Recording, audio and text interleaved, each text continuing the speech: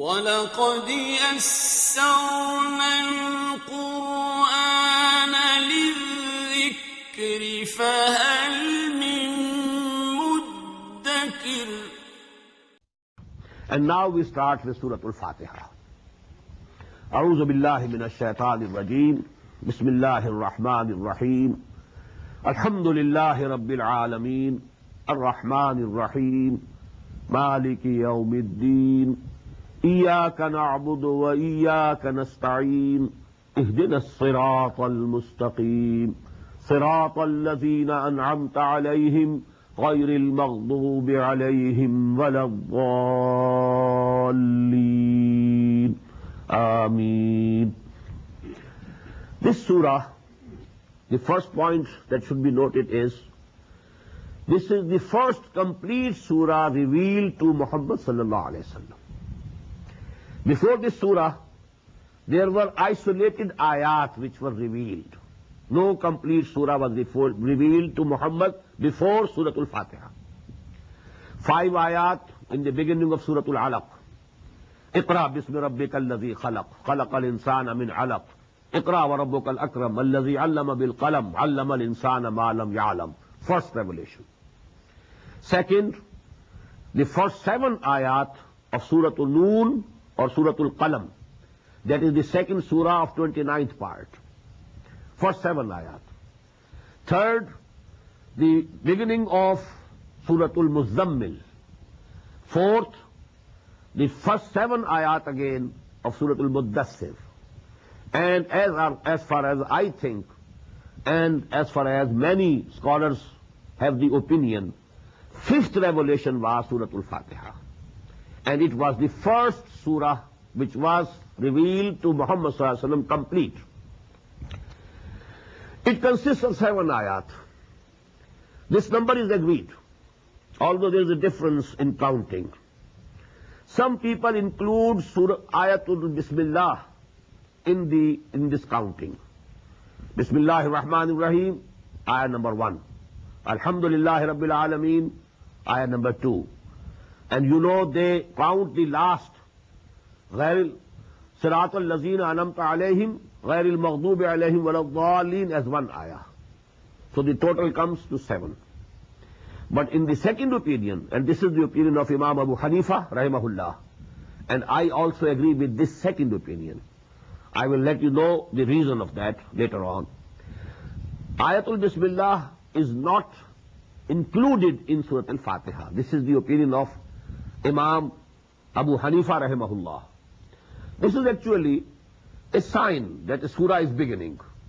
And this is placed between all the surahs of the Quran, except one, you know, Surah At-Tawbah.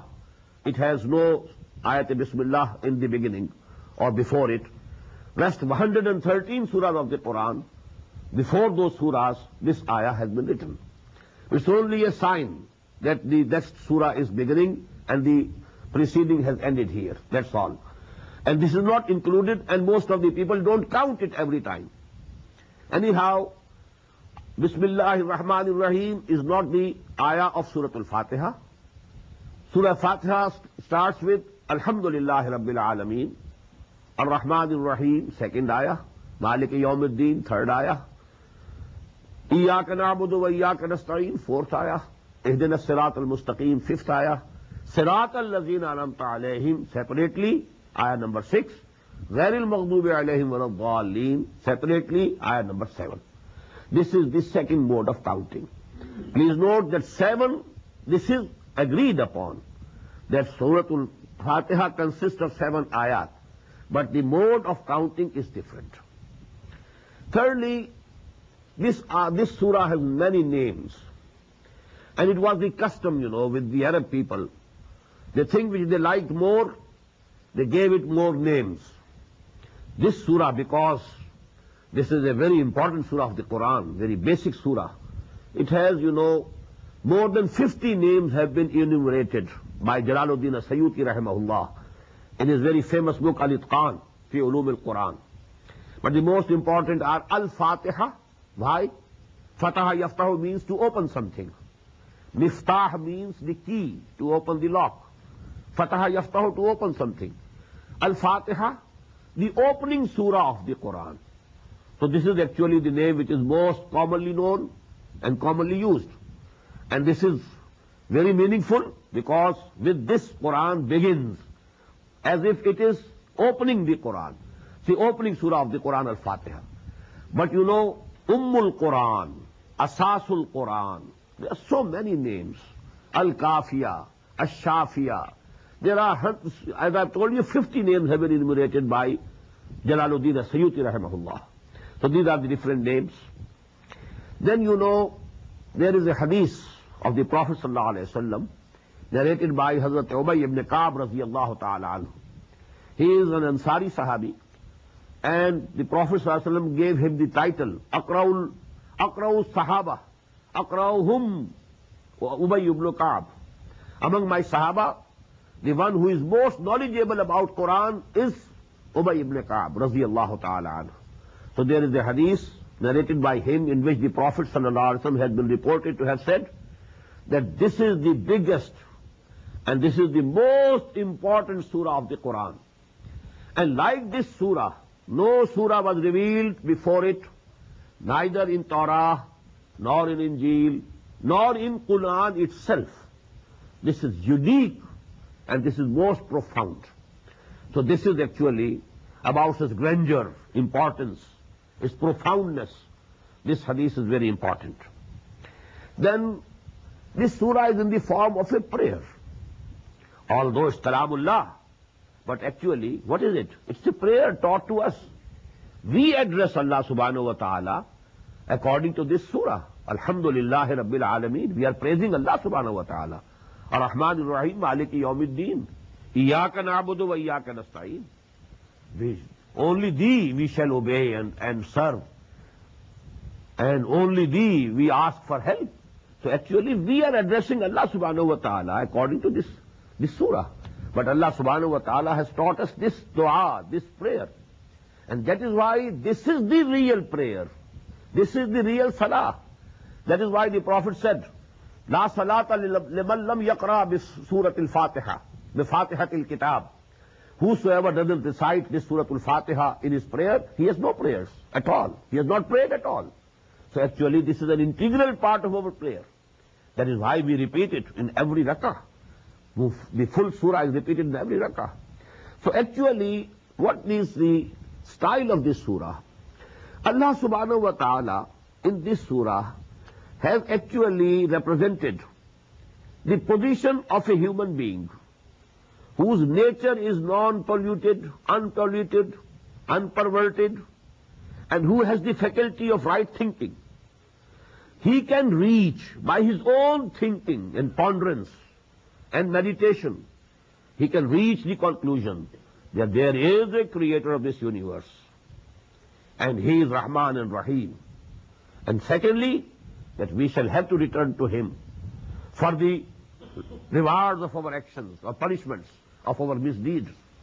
These things, you know, they are so much simple and so much known, absolutely known and apparent to the human nature, that every human being who thinks in a right way, in a straight line, who has the faculty of reasoning in a straight line, who can use his logic in a very straight manner, and number two, his nature is unpolluted, unperverted, he will reach these conclusions.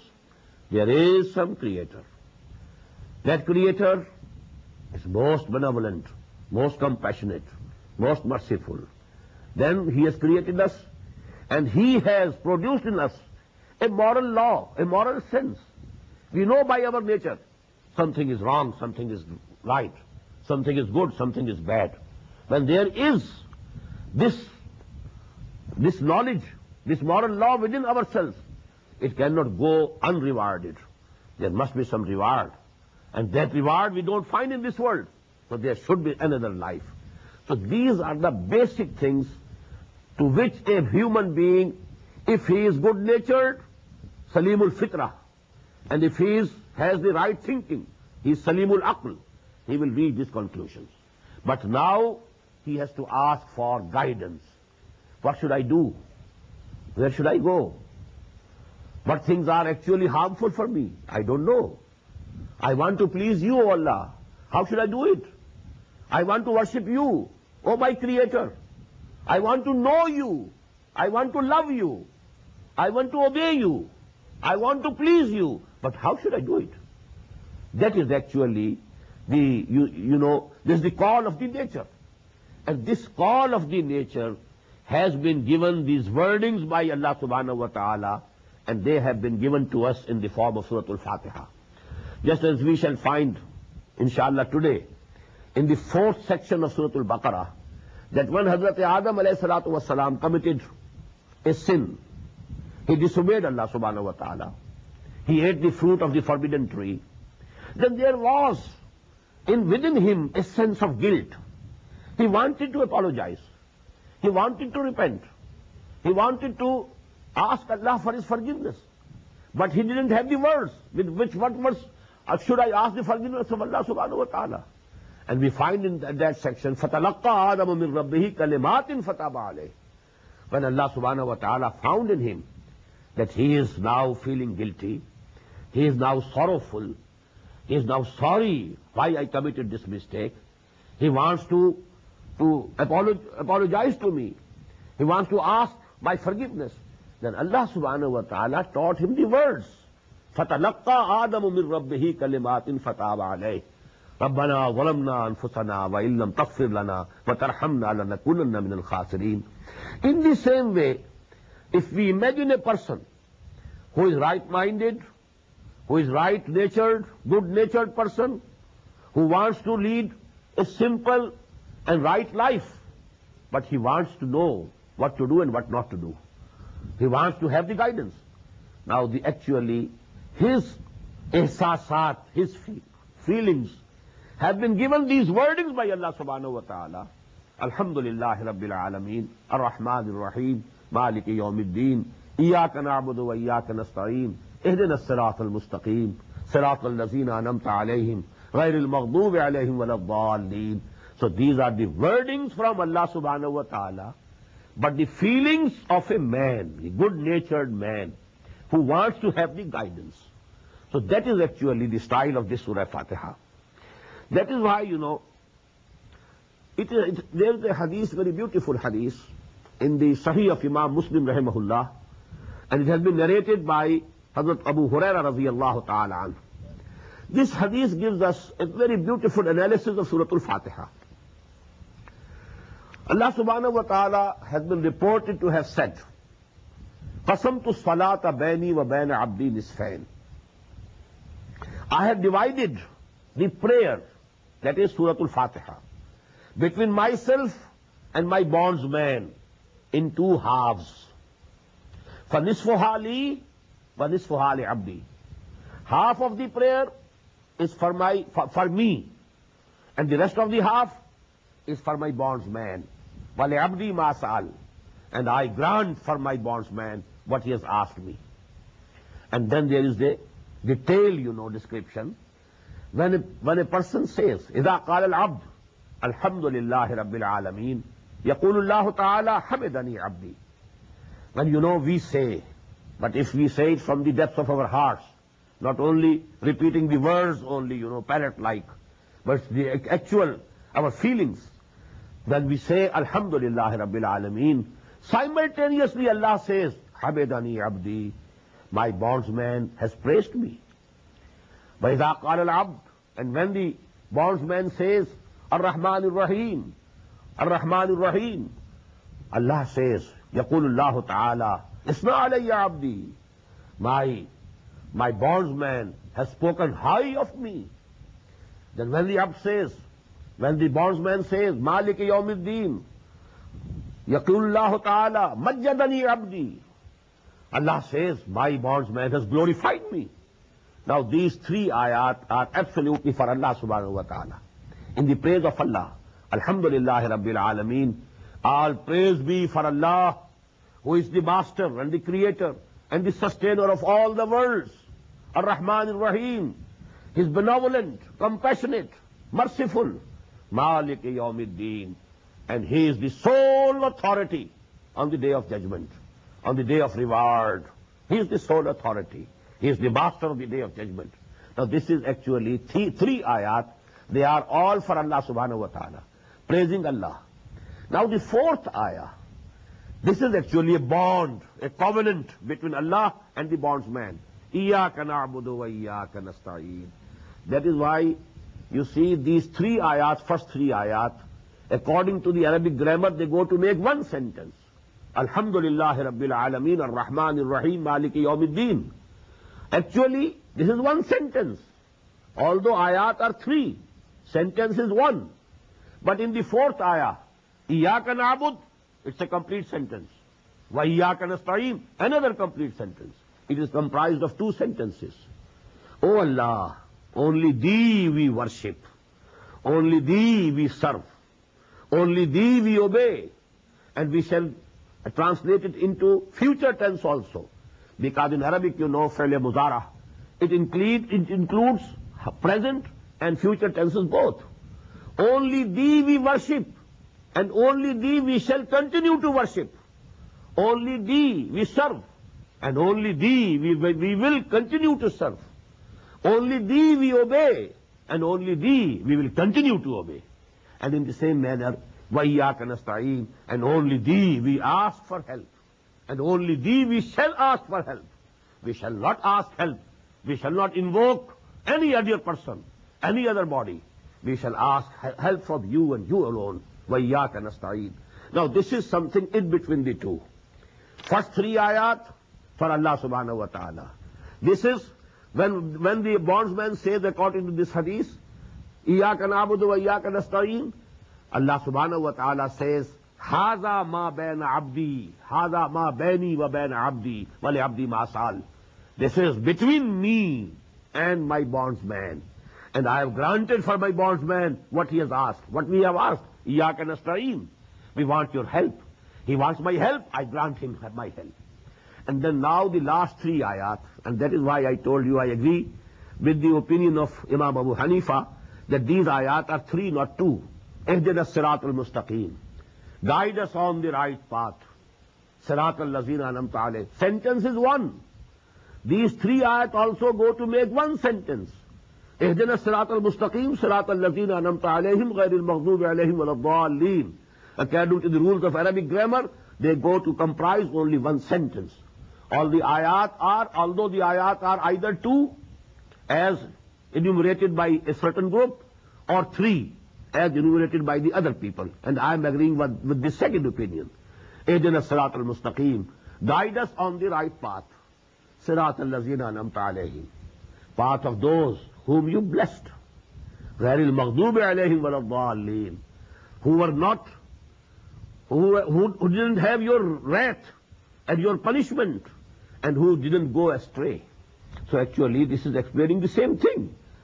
اهدنا الصراط المستقيم صراط الذين أنعمت عليهم غير المغضوب عليهم ولا الضالين.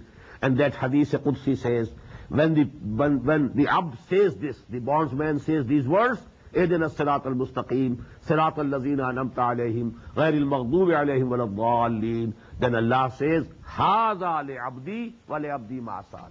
This is for my bondsman, and I grant to my bondsman what he has asked for. So actually, I had, you know, made a diagram of a balance. A balance has, you know, that what should we call it, a stick, and then, you know, the two sides, and we have three ayat on one side, Alhamdulillahi Rabbil Alameen Ar-Rahman Ar-Rahim Maliki Yawmiddin, and then they are attached to that central beam, and with the Iyyaka na'bud.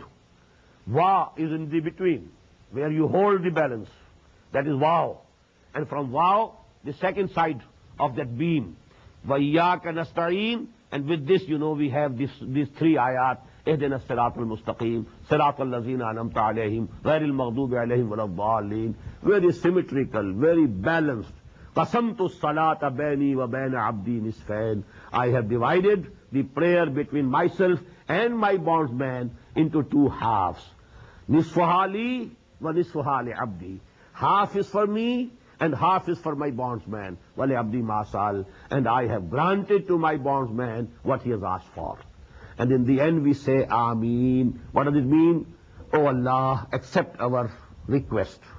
O Allah, be it as we have requested you to do. So let it be so as we have requested you to do. So that is actually Ameen, and that is the only difference of opinion is that some people pronounce it with a loud voice, others, they just pronounce it with a very low voice, but we have to say Ameen, whether Jahran or with Ikhfa, but that is agreed upon that we must say it in the end of this Surah Al-Fatiha. أقول قولي هذا واستغفر الله لي ولكم ولسائر المسلمين والمسلمات.